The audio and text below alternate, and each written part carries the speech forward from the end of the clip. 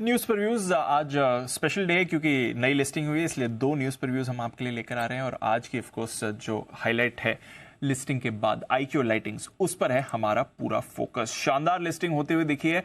285 का आपका issue price था, उसके सामने करीब 392 पर लिस्ट हुई थी और फिलहाल 415 418 के लेवल पर ट्रेड होती हुई दिख रही है। ऑलमोस्ट 50% की रैली इस काउंटर में आपको आती हुई दिख रही है IPO प्राइस से। तो जबरदस्त रिस्पांस मिला था IPO को, सब्सक्रिप्शन फिगर शानदार रहे और उसके बाद हम देख रहे हैं जबरदस्त एक्शन इस काउंटर में बना हुआ है। तो आइए कंपनी के टॉप मैनेजमेंट से करते हैं मुलाकात और जानते हैं अब आगे के प्लान्स कैसे बन रहे हैं। हमारे साथ हरदीप सिंह साहब हैं जो कंपनी के मैनेजिंग डायरेक्टर हैं और सुभाष अग्रवाल साहब हैं जो कंपनी के CFO हैं। हरदीप सर, आपसे करूंगा शुरुआत। एक तो कॉन्ग्रेचुलेशंस, बहुत ही बढ़िया लिस्टिंग हुई, IPO को अच्छा रिस्पॉन्स मिला और उसके बाद लिस्टिंग के बाद और बढ़िया डिमांड भी आ रही है। सर, एक्सपेक्ट किया था कि इतना बढ़िया रिस्पॉन्स मिलेगा इशू को? सर, शुरू से यही बोलते आ रहे हैं कि हम काम करने वाले हैं, हम काम करते रहेंगे, जैसे कर रहे थे वैसे ही करते रहेंगे। These all figures are all like we feel that we thanks investors that they have trusted us और हमें हमारे पे ट्रस्ट किया और इस तरह की आगे ही ऐसे ही हम काम करते रहेंगे। This we can assure. Absolutely sir, जबरदस्त रिस्पांस बाजार ने दिया है, अच्छी एक्सेप्टेंस मिली है और उसके बाद तो आप देख ही रहे हैं आज का रिएक्शन भी अच्छा है। अब क्योंकि इशू रिलेटेड रेस्ट्रिक्शंस भी हट गई तो थोड़ा आगे का आउटलुक अब शेयर करिए सर। अगले साल, अगले 3 से 5 साल तक के लिए किस तरह का ग्रोथ आउटलुक आपने सेट किया है? रेवेन्यू के टर्म्स में, मुनाफे के टर्म्स में किस तरह के मार्जिन टारगेट करें, जरा थोड़ा डिटेल में बताएं सर।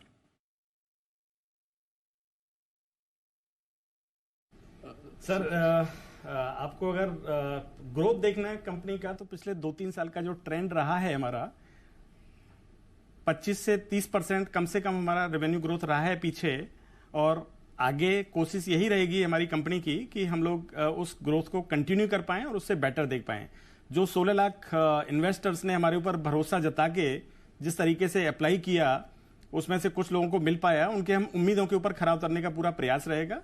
जहां तक प्रॉफिट की बात है, प्रॉफिट में हमारा अभी तक का जो प्रॉफिट चल रहा है उस प्रॉफिट का अगर उससे बेटर नहीं तो कम से कम वो प्रॉफिट हम जरूर सस्टेन करने की, उसको कायम रखने की कोशिश जरूर करेंगे।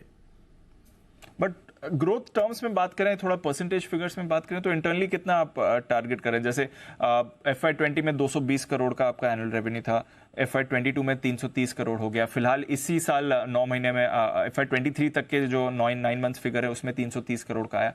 आगे किस तरह का आप एनुअलाइज रेवेन्यू एक्सपेक्ट करना चाहिए, उस पर कितनी ग्रोथ होनी चाहिए सर? तो अभी जैसे आप देख रहे हैं कि हमने पिछले जो 1 साल का रेवेन्यू था, 2022 के फाइनेंशियल नंबर्स थे, उतना रेवेन्यू हमने पिछले 9 महीने के अंदर अचीव किया है। तो उसी पैटर्न पे अगर आप ग्रोथ देखते रहेंगे तो ये ग्रोथ हमारी कोशिश है कि ये ग्रोथ मोमेंटम जो है वो चालू रहे आगे भी। ओके, थोड़ा फिगर आप नहीं बता रहे हैं कि किस तरह का टारगेट आप कर रहे हैं, बट चलिए अच्छा मोमेंटम रहेगा ये एक्सपेक्टेशन है। जो कंट्रीब्यूशन है segmental revenue, of course LED main bread and butter business तो है। जी सर, जी सर, हमारा डाइवर्सिफिकेशंस भी हैं, नए बिजनेसेस भी हैं, तो ग्रोथ्स आर देयर जो हमें सामने नज़र आ रही हैं। वो टाइम टू टाइम सारे जैसे क्वार्टर टू क्वार्टर बेसिस हम सब आपको बताते रहेंगे और वो सब आपके सामने आता रहेगा। जो हम अभी तक कर रहे थे वो भी सामने आया है, जो आगे करेंगे वो भी सबके सामने आएगा, दैट इज़ फॉर श्योर। अभी कुछ ही दिन में फाइनेंशियल ईयर 2023 के नंबर भी आपके सामने आएंगे, प्रकाशित होंगे।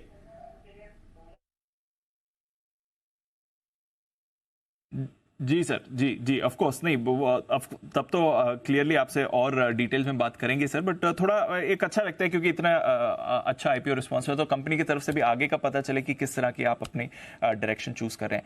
अच्छा हरदीप सर, ब्रांड के हिसाब से बताएं आगे क्या प्लान्स है अपने प्रोडक्ट डिवीजन या अपने ब्रांड के अंदर, किस तरह की सेल्स आप देख रहे हैं और फिर जो बाकी वो है उसका कैसा रहेगा? थोड़ा इसके बारे में बताएं, क्या प्लान्स है अपने ब्रांड को और ग्रो करने के लिए? सर हमारा जो हम एक्सपोर्ट्स में है उसमें हमारा बहुत अच्छा फोकस है, वहाँ हमें बहुत अच्छा फ्यूचर भी नज़र आ रहा है and we are very optimistic on that. और उसके अलावा जो हमारे मेन पार्टनर हैं फिलिप्स, उनके साथ हमारा बिजनेस बहुत अच्छा ग्रो कर रहा है, नए प्लान्स हैं। ऐसे ही अदर बिजनेसेस के लिए भी हमारे सिमिलर प्लान्स हैं जो टाइम के साथ ग्रो करेंगे। So this is all journey. हमें आगे फोकस इज वेरी क्लियर कि हमें काम करना है, नई टेक्नोलॉजी के साथ काम करना है, नई सोच के साथ काम करना है। That is what we are looking for. अच्छा हरदीप सर, एक फॉलोअप सवाल उस पर है, क्योंकि Philips obviously well known brand है, कोई वहां से परेशानी नहीं, बड़ा आपका कंट्रीब्यूटर है। FY20 में 61% कंट्रीब्यूशन था, FY21 में 70% हो गया, वो अब हम देख रहे हैं करीब 60 से 50% की रेंज में है। आगे भी यही इतना ही कंट्रीब्यूशन फिलिप की तरफ से रहेगा या फिर डाइवर्सिफाइड ब्रांड्स, डाइवर्सिफाइड प्रोडक्ट्स का कंट्रीब्यूशन ज्यादा होगा? क्योंकि कभी कभी एक वो क्लाइंट कॉन्सेंट्रेशन रिस्क हो जाता है, तो उस हिसाब से क्या प्लान है सर? नहीं, हमारा फिलिप्स के साथ बहुत अच्छा है और पिछले हम 12 साल से काम कर रहे हैं। ईयर ऑन ईयर हमारी ग्रोथ भी है, बट हमारे जो बाकी के वर्टिकल्स हैं वो ज़्यादा फास्ट ग्रो कर रहे हैं और उसमें प्रॉफिटेबिलिटी भी थोड़ी सी ज़्यादा है। तो वो या उस जो फिलिप्स का बिजनेस है उससे ज़्यादा ग्रो कर रहे हैं, बट फिलिप्स भी हमारा ईयर ऑन ईयर ग्रो कर रहा है और बाकी वर्टिकल ज़्यादा ग्रो कर रहे हैं। तो दैट इज़ हाउ, ये हमारा प्लान है कि आगे बिजनेस को ऐसे लेके जाने का। फिलिप्स का तो अच्छा कंट्रीब्यूशन है, बाकी वर्टिकल्स भी अच्छी ग्रोथ दिखाएंगे। अच्छा सुभाष अग्रवाल साहब, अब आईपीओ के प्रोसीड्स आपके पास आ जाएंगे, थोड़ा बताएं इसको आगे कैसे यूज करना है, कितना डेट रिडक्शन के लिए जा रहा है, कितना एक्सपेंशन के लिए जा रहा है, डेट आप कितनी रिड्यूस होते हुए एक्सपेक्ट कर रहे हैं, आगे किस तरह का प्रोग्राम रहेगा उसको मैनेज करने के लिए? जी, 350 करोड़ का अपना फ्रेश इशू है टोटल।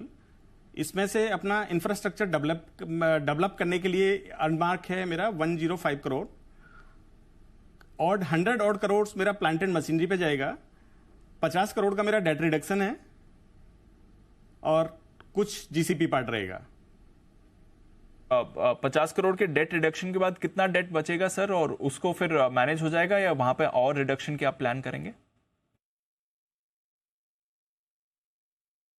इस डेट रिडक्शन में कुछ हम 50 करोड़ यहां से भी करेंगे, फिर इंटरनल एक्रूवल से भी करेंगे। तो अवर टारगेट इज कि we will be having very minimum amount of working capital just to maintain our जो बैंकिंग रिलेशनशिप है उसको मेंटेन करने के लिए थोड़ा वर्किंग कैपिटल पार्ट रहेगा, बट मेजरली डेट रिडक्शन अपना होगा।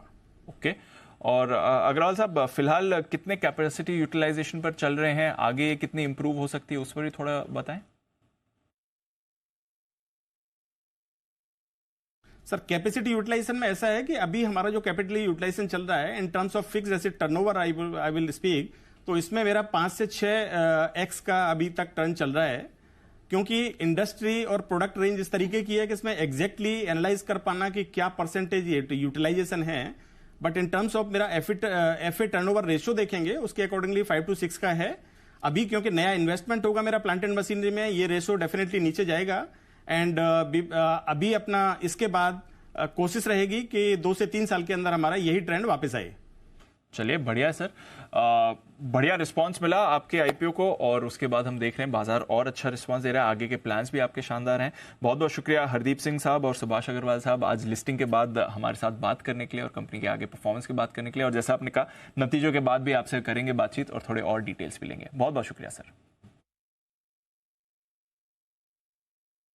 बहुत बहुत धन्यवाद आपका, सारे आपके दर्शकों का और हमारे इन्वेस्टर्स का। बहुत धन्यवाद सर।